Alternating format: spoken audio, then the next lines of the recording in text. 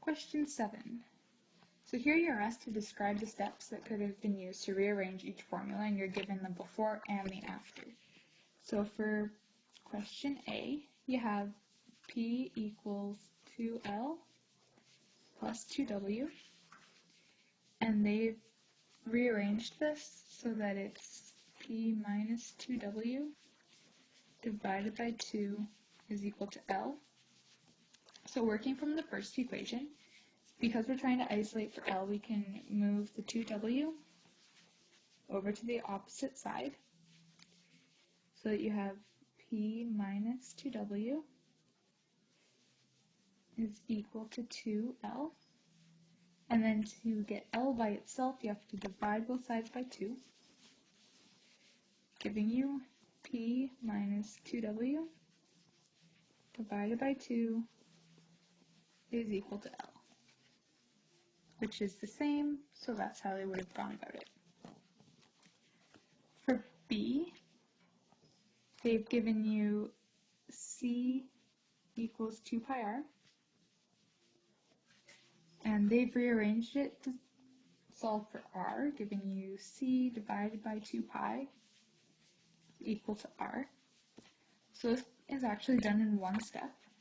So we can divide this side by 2 pi, which we also have to do this side, giving you C divided by 2 pi is equal to r, which is the same.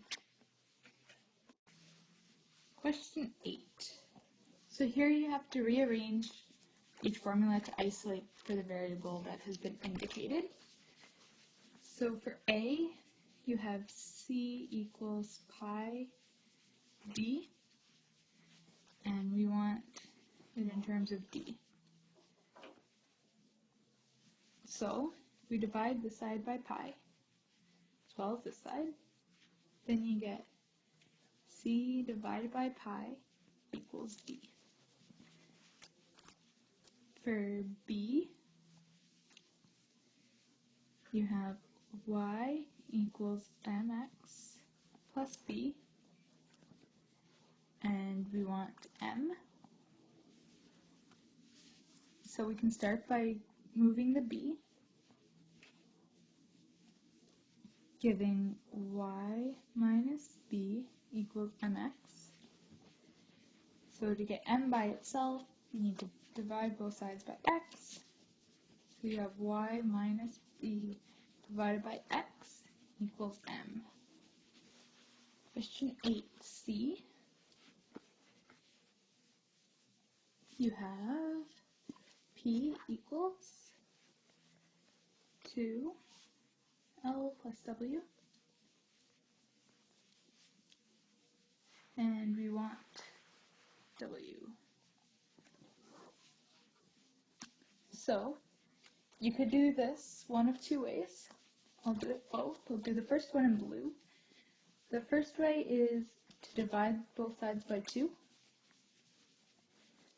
giving you P divided by 2 equal to L plus W, and then subtracting L from both sides, giving P divided by 2 minus L equals W.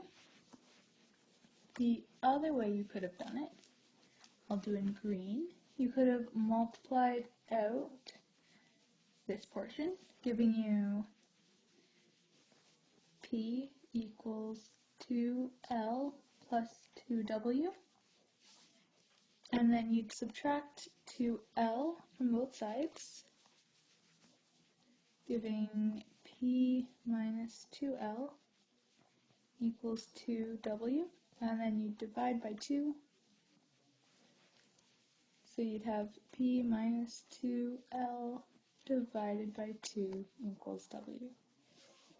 These are the same, even though this is here, because in order to include this L as part of the fraction, you'd have to multiply it by 2 so that it could be have the same denominator. So it would have to become 2L divided by 2, so that you can include it in the fraction, which is what we've done over here. Either way would be correct. So next we have 8C, or 8D, which is S equals pi r squared h, and we want it in terms of h. So we could do this in one step. We divide by the pi r squared on both sides.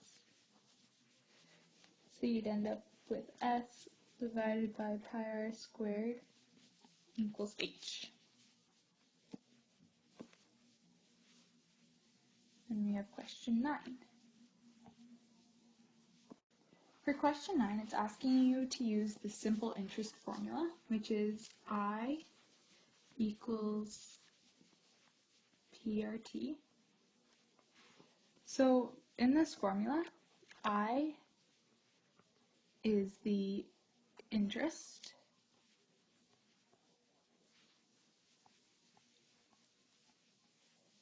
P is the principal,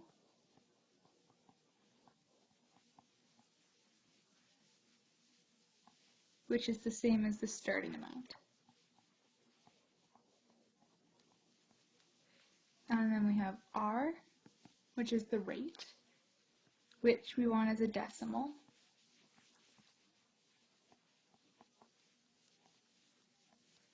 And then we have time.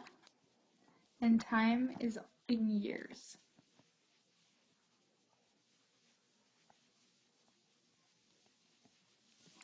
So, we read the question. Use the simple interest formula to find the length of time. So we are looking for T. $3,000. That's the starting.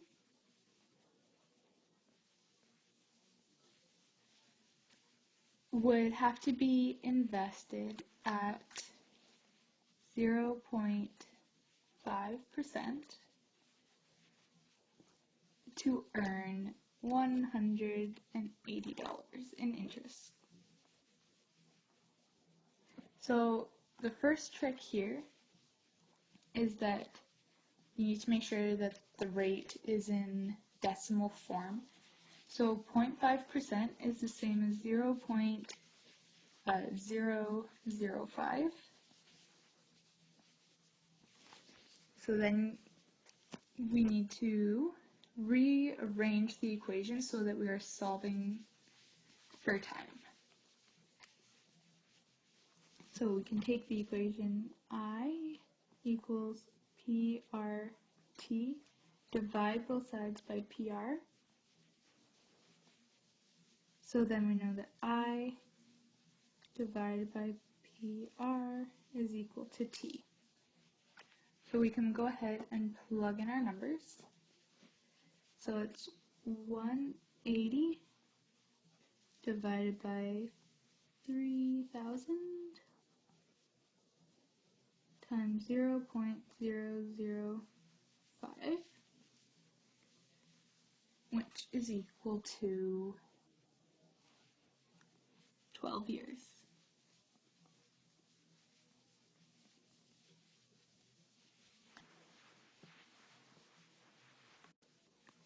Question 10. Jennifer pays $45 for a haircut. So she pays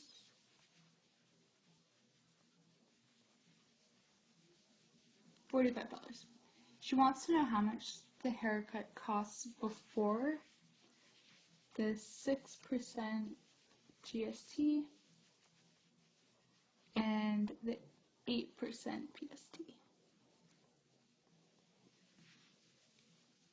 And also 10% tips.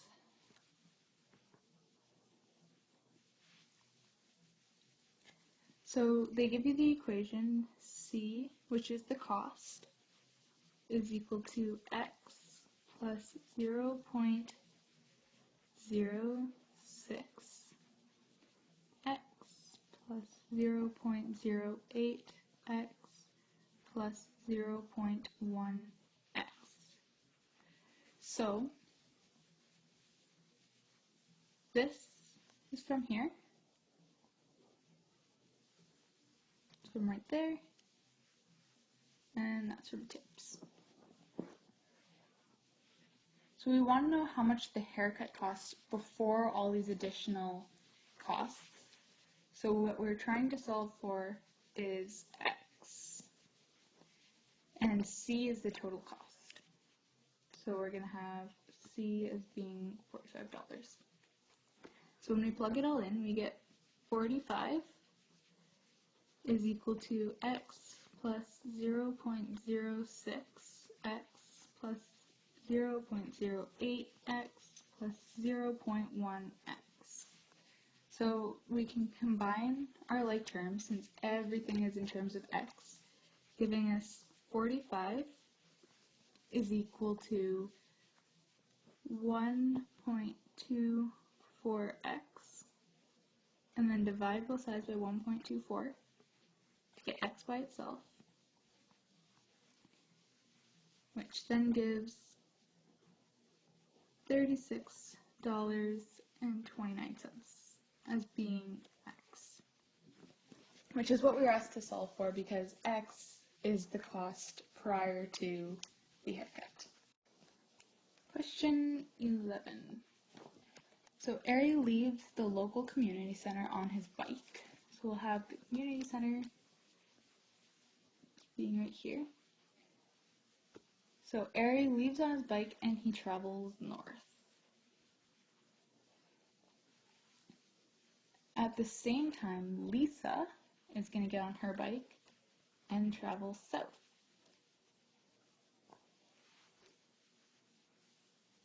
So after 30 minutes,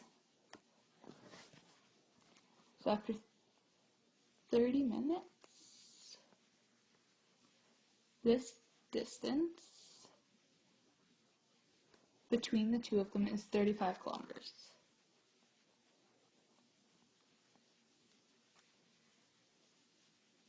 So if Ari is represented by x and Lisa is 2x plus 10,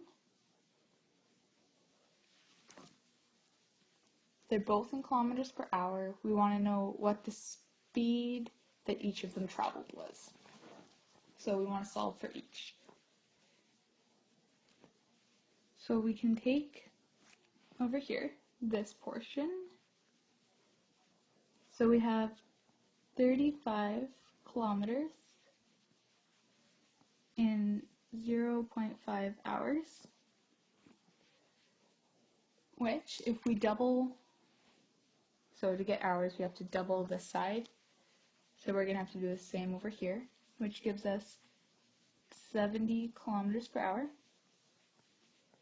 We needed this in kilometers per hour because the question told us that's what both Ari and Lisa's speeds were in. So once we have that, we can take Ari plus Lisa,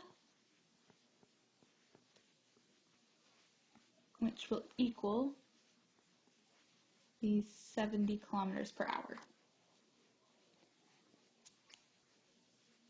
So next we have to combine our like terms. So we have 3x plus 10 is equal to 70. And we're trying to isolate for x, so we're going to subtract 10 from both sides, giving 3x. These guys will cancel and give us 0, will equal 60. We have to divide by 3.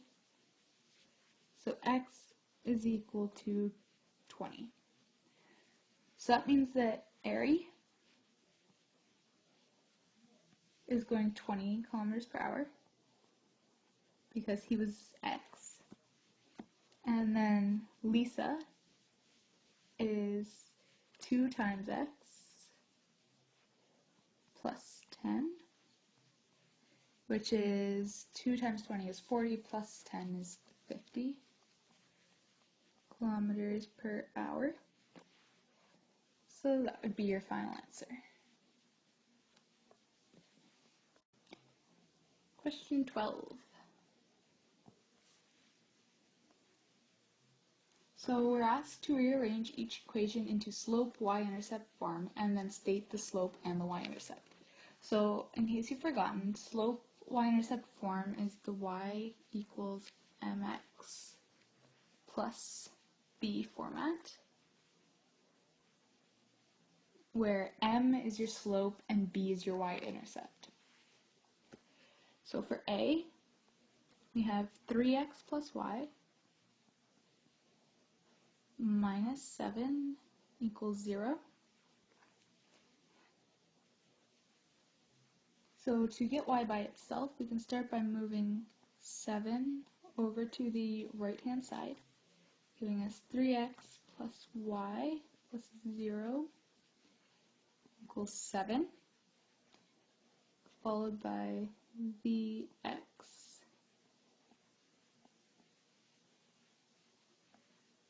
So this becomes 0. So y equals negative 3x plus 7. So with y equals negative 3x plus 7, your slope is negative 3 and your y-intercept is 7. Then we have b, which is 5x minus y minus 4 equals 0. So we can move the y over to the right-hand side. We also could have moved the y in the first question. You just would have ended up with a negative y, which would require you to divide by negative 1 to change the sign. So you get 5x, this goes to 0, minus 4 is equal to y. So you get 5x minus 4 equals y. So negative 4 would be your y-intercept, 5 is your slope. So, moving on.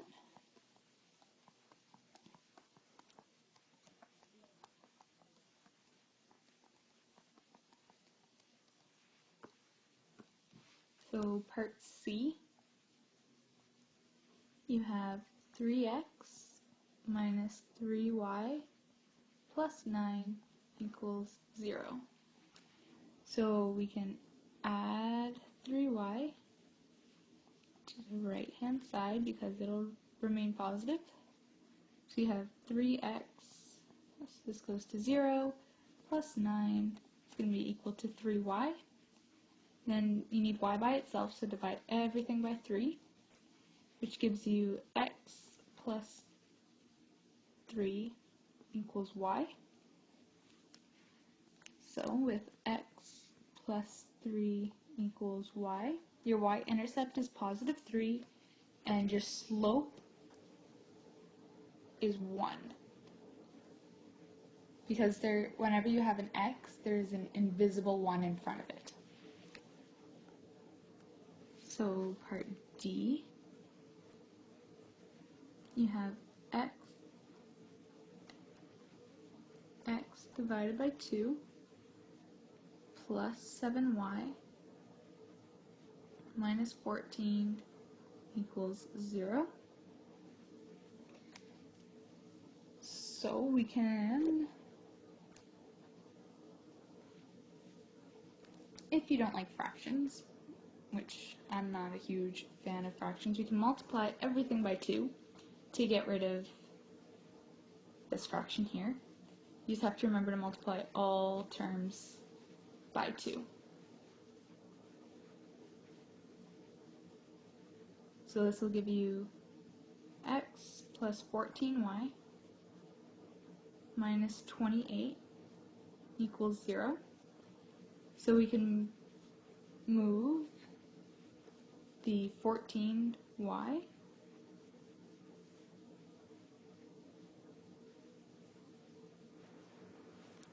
So you end up with x plus, these guys go to 0, minus 28 equals negative 14y.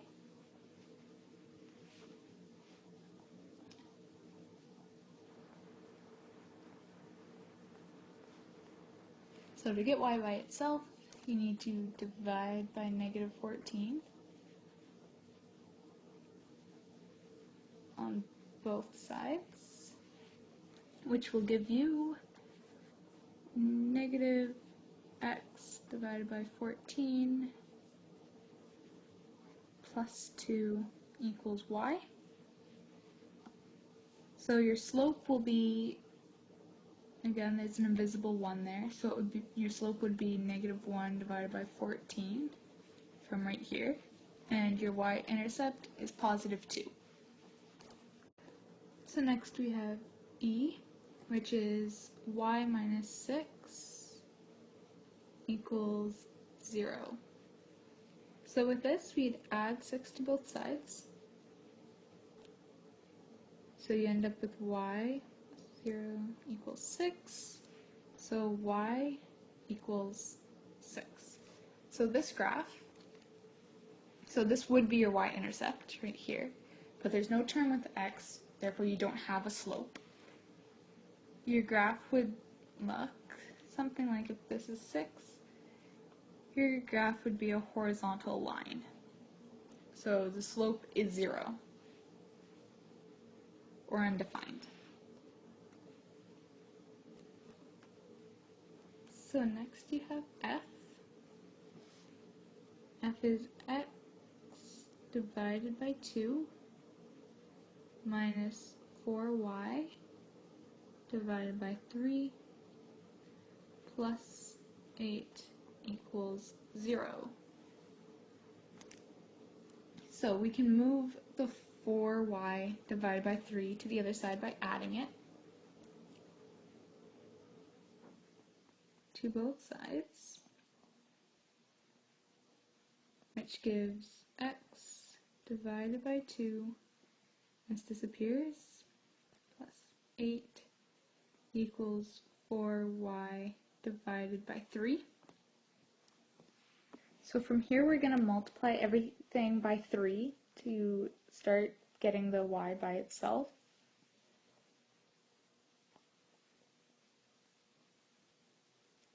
Which results in 3x divided by 2 plus 24 equals 4y.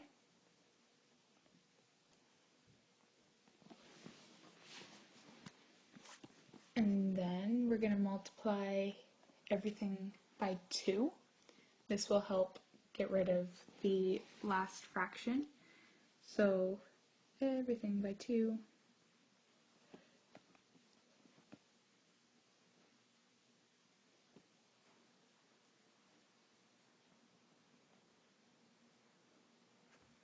So you end up with 3x plus 48 equals 8y, which looks significantly nicer than the original equation. And then we're going to divide everything by 8 to isolate y. So you end up with 3 divided by 8x plus 6 is equal to y. So your slope is 3 divided by 8, and your y-intercept is 6. So for question 13, you are given an equation, and you want to find the value of c that belongs there, so it will pass through 1, 5. So you have 2x plus y minus c will equal 0, and the point that you're given is 1, 5. So to figure out what c is, we can just plug in these values, which will give 2, 1, plus 5 minus c will equal 0. So we end up with 2 plus 5 is 7, minus c is equal to 0, 7 equals c. So the equation of the line they're looking for is 2x plus y plus 7 is equal to 0. Similarly, for question 14, they've given you a different equation and it passes through point 2, 1, and you want to find the value of b. So their equation that they've given you is 3x plus by plus 6 equals 0, and the point you've been given is 2, 1. So we're going to plug the point into the question. So we have 3 times 2 plus 1 times b plus 6 will equal 0. So we have 6 plus b plus 6 equals 0. So b plus 12 equals 0.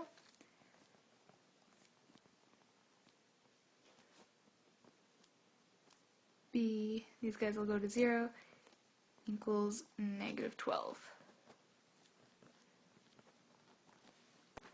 So the final equation that they're looking for is 3x minus 12y plus 6 is equal to 0. And that is it for the Chapter 4 review.